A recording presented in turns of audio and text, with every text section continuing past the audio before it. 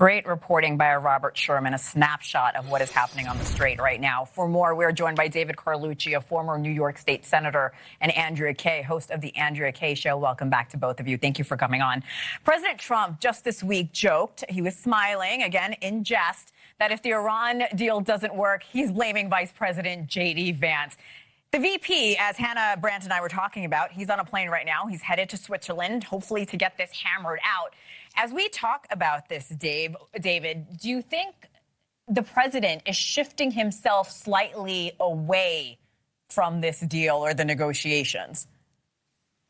Yeah, I mean, look, this is what our president does, unfortunately. He's like the commander in blame. He just passes the blame to whoever he can. And he's starting to say the things that he used to not say out loud. He's saying them out loud, that he's going to blame J.D. Vance. We already expect that. We know this is his M.O. He's going to blame J.D. Vance. He'll blame Joe Biden. He'll blame Obama. But remember, he's the one that tore up the agreement we had. And what's really sad about this whole situation is that it was supposed to be about a nuclear weapon. But now it's about the basics, like opening the Strait of Hormuz, having a negotiation where we don't have to pay Iran $300 billion, allowing them to sell oil on the open market. And what else has happened? Russia now lifted their sanctions. The world has become a more dangerous place because of the actions of our president, unfortunately. So it is a really sad situation. The president's just saying the quiet things openly and out loud. Andrea, Vice President Vance is hitting Israel a little harder now. He's even warning critics of the U.S. and Iran deal that if he was in Israel's government, he wouldn't be attacking their only powerful ally in the world. What do you make of comments like this from the vice president when it comes to Israel? Well, first of all, I have to address what David was saying about J.D. Vance Sure. and, like trying to distance himself. Look, Trump walked into that G7 meeting and said, I'm the boss. When has Trump ever shied away from taking credit for anything, good or bad? When has he ever shied away from, excuse me, please don't interrupt. I didn't interrupt you, David. When has he ever held back from saying the quiet parts out loud? That is who President Trump is. Look, when it comes to Israel, one of the things I want to say about this sticking point, as Vice President Vance said on his way out, as your reporter showed the clip of, of course it's a sticking point. I mean, have they met Bibi? Did they not know that Benjamin Netanyahu was not just going to go along with Lebanon because this memorandum of understanding, somebody decided to tell him that? And Benjamin Netanyahu and Israel, they have a right to defend themselves.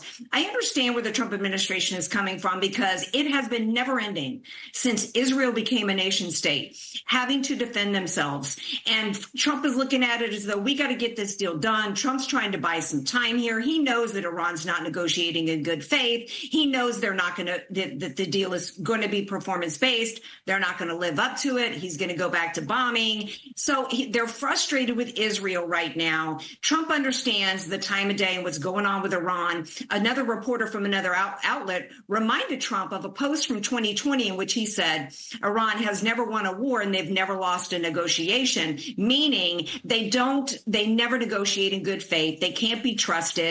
I think all of this 60-day thing is an exercise right now to buy time, get some oil flowing, get the price of barrel down, get past the midterms, and let Iran blow themselves up by failing to fulfill the agreement.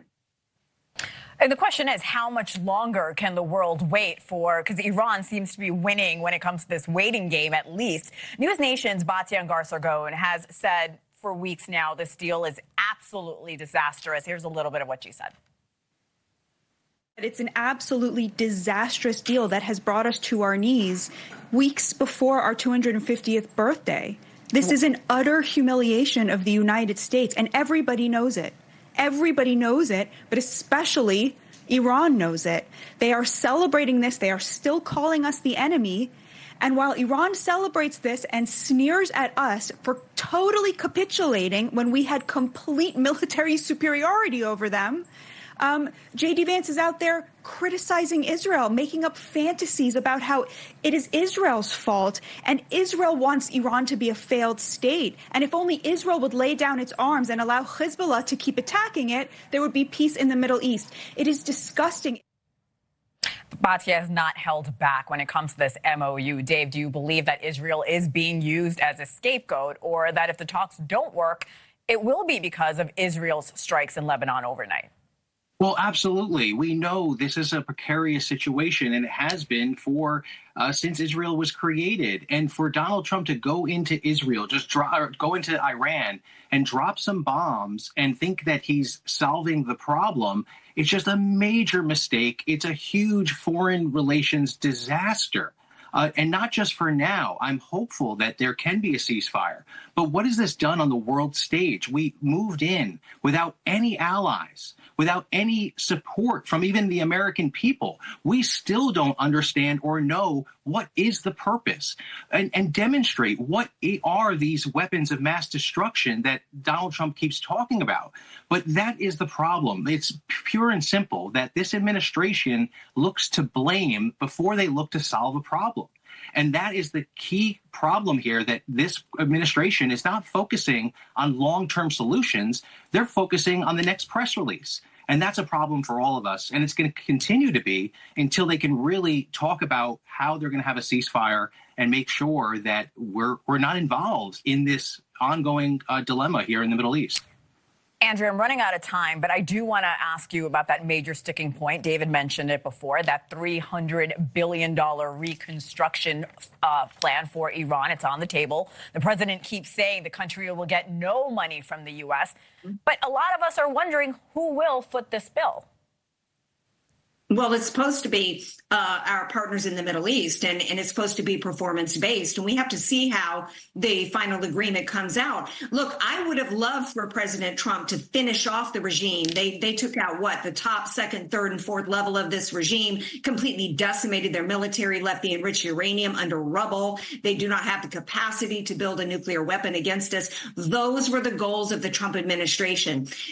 Senator John Fetterman said that everybody who's run for office for president and for Congress for decades now have been saying that they would stop Iran from getting a nuclear weapon. Only President Trump has taken any steps to try to accomplish that. We had a deal. Remember President Obama?